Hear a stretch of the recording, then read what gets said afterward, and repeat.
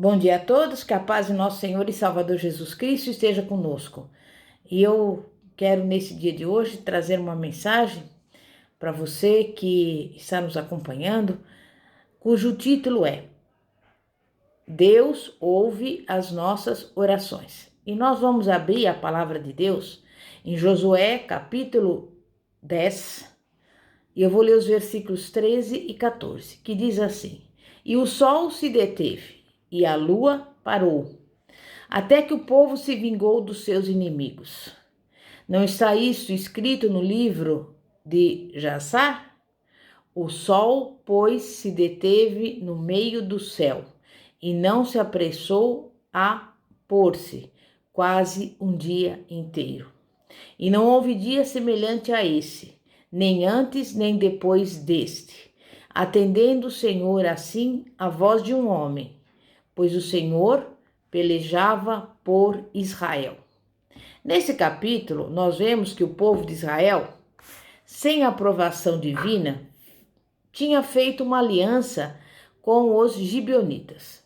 Na história de Israel, vemos algo que se repetiria hoje tantas vezes com a igreja. Pessoas que dela se aproximam com o propósito de tirarem proveito da sua bênção e de seu caráter.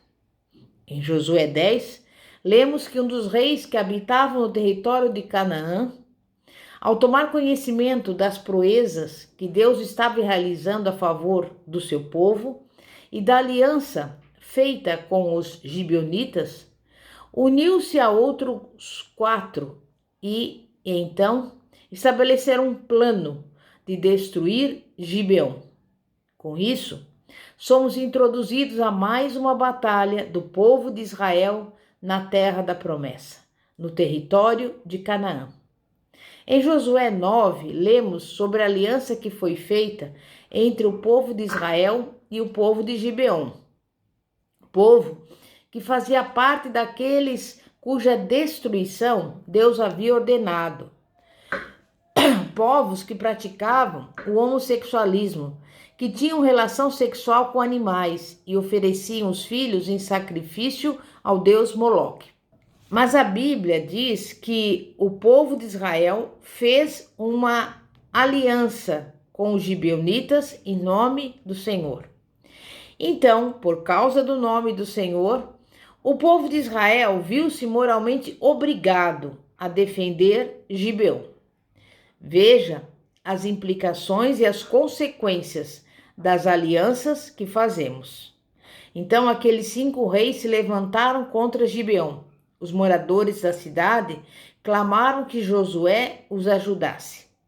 E nos versículos 10 e 11 do capítulo 10, vemos a profunda lealdade de Deus a Israel. Que maravilha servir a um Deus leal! Precisamos crer não apenas na existência de Deus, mas em um Deus pessoal que ouve as nossas orações, que tem completo domínio sobre a criação e nos ama. A Bíblia ensina em Josué 10 que Deus ouve a oração do homem. Deus, como sabemos, tem o universo sob o seu controle. É a primeira verdade teológica que encontramos em Josué 10. O Deus que existe, que criou todas as coisas, usando o nada como matéria-prima, tem absoluto controle sobre a sua criação. O nosso Deus é soberano. Ele pode intervir e alterar até mesmo o curso dos astros, como ouviu a oração de Josué. Ele é a realidade última que está por trás de tudo, e tudo veio à existência pelo poder da sua palavra. Então, o Deus que ouve a oração do homem é aquele que tem o universo inteiro sob o seu controle. Nos versículos 1 e 5 do capítulo 10 de Josué, vemos os adversários de Israel fazendo uma aliança para destruir um aliado de Israel, movidos, obviamente, pelo ódio ao povo de Deus.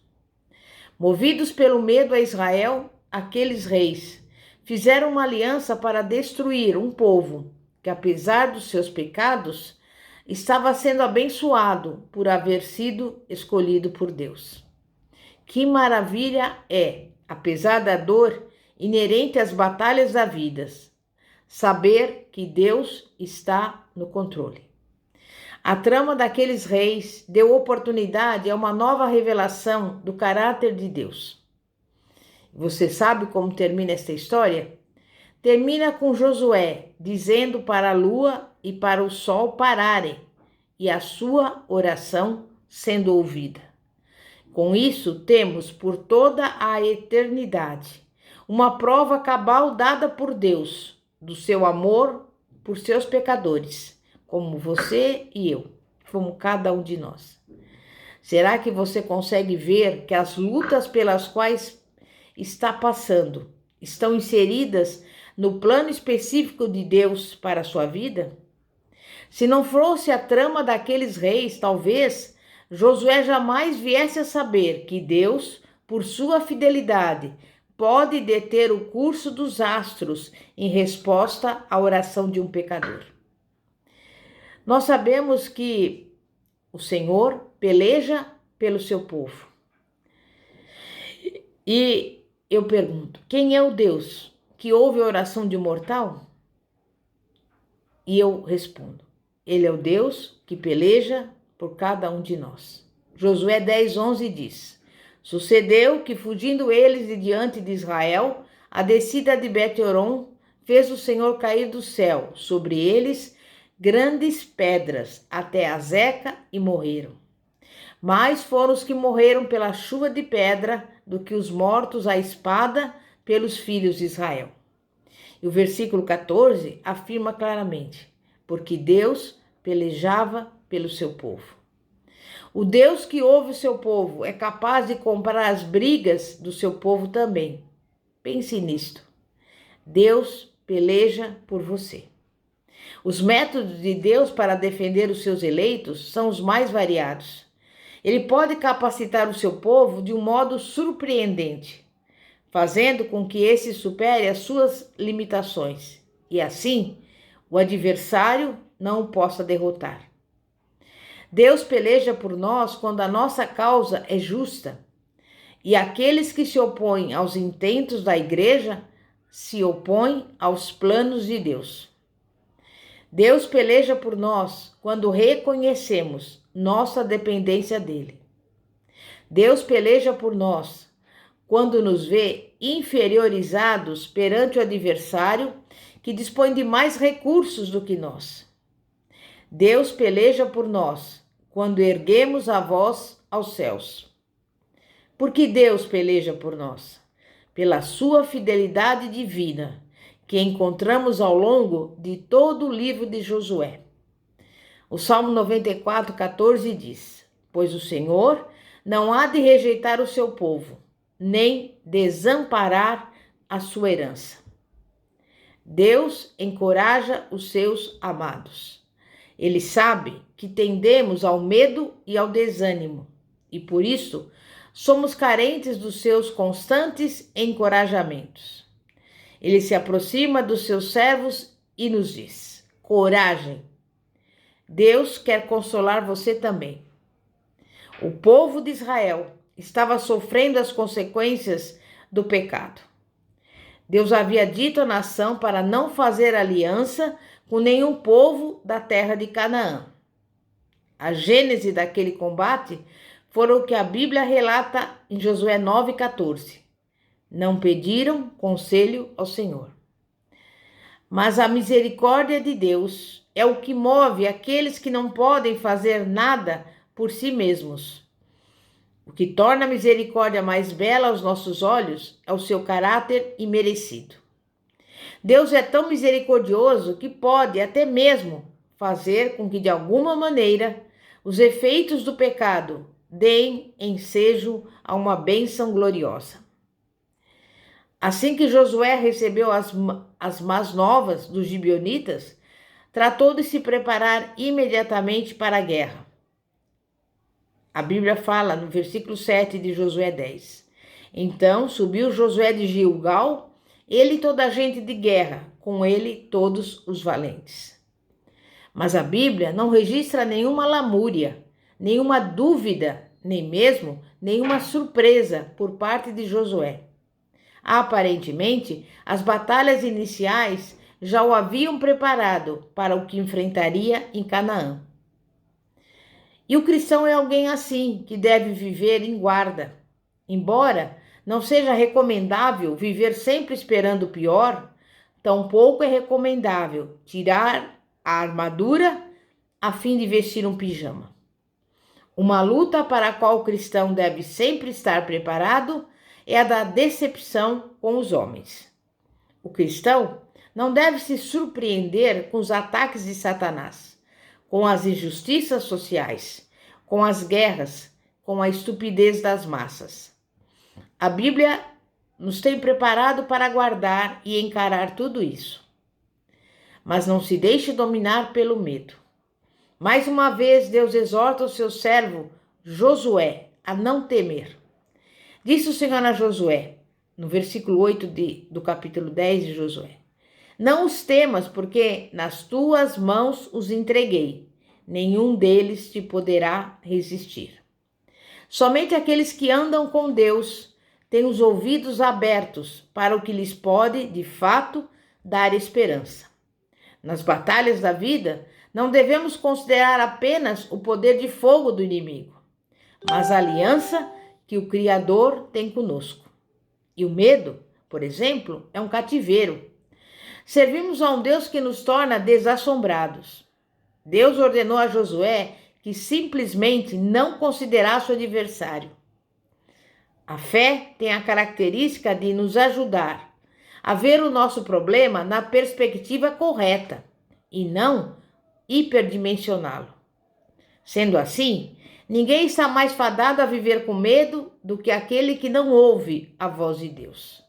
Não há fé sem a palavra de Deus. Portanto, quem não lê a Bíblia sai perdendo.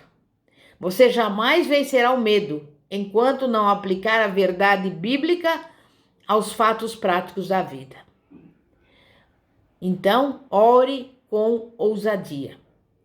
A oração ousada é a que não vê limites para Deus, com a exceção daqueles impostos pelo próprio caráter santo do Criador. Ore com ousadia. Portanto, quem conhece Deus e as suas promessas. O conteúdo da oração de Josué mostra-nos uma mente descondicionada. Uma mente assim nos permite aguardar o inalcançável. Esta mente, fruto da expansão produzida pela verdade divina, leva o cristão a esperar contra a esperança. A oração do homem pode mudar o curso dos corpos celestes. Pense nisto e nas implicações deste fato para a sua vida. Vivemos em um universo teocêntrico. Deus está no centro de todas as coisas. O que existe, existe por Ele e para Ele. Por isso, o último salmo da Bíblia conclui dizendo: todo ser que respira, louve ao Senhor. Aleluia. E assim, o homem é forçado a se manter em posição humilde perante o Criador, como também é forçado a sobrepujar tudo aquilo que o queira nivelar aos animais ou à criação inanimada. Está escrito no Salmo 116, versículos 1 e 2. Amo o Senhor, porque Ele ouve a minha voz e as minhas súplicas, porque inclinou para mim os seus ouvidos, invocá-lo-ei enquanto eu viver. Amém? E nós vamos agora orar e clamar ao Senhor. Santíssimo Deus e poderoso Pai, Pai de nosso Senhor e Salvador Jesus Cristo, nós te louvamos, nós te agradecemos, apresentamos diante de ti essas pessoas que estão aí com medo, desanimadas, sofrendo, chorando, doentes, no leito da UTI, de uma cama, com essa ou aquela enfermidade, mas nós sabemos, Pai, que o Senhor ouve a oração dos seus servos e nós colocamos e apresentamos diante de Ti todas as pessoas que agora estão nos acompanhando e que necessitam de uma resposta, de um milagre, de um sinal do Senhor.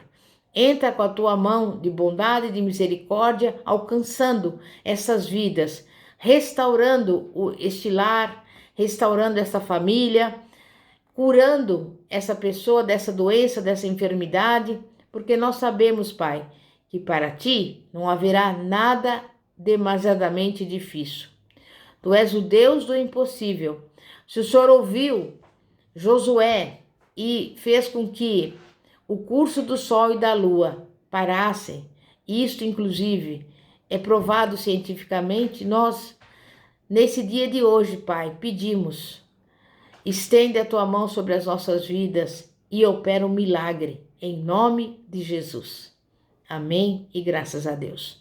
Se você gostou dessa mensagem, deixe o seu like, o seu comentário e também divulgue esse nosso canal, Igreja Poder de Cristo, para os seus amigos, para os seus familiares, para que eles possam receber esta palavra, a palavra que representa vida, a palavra que pode mudar e transformar a vida de cada um de nós.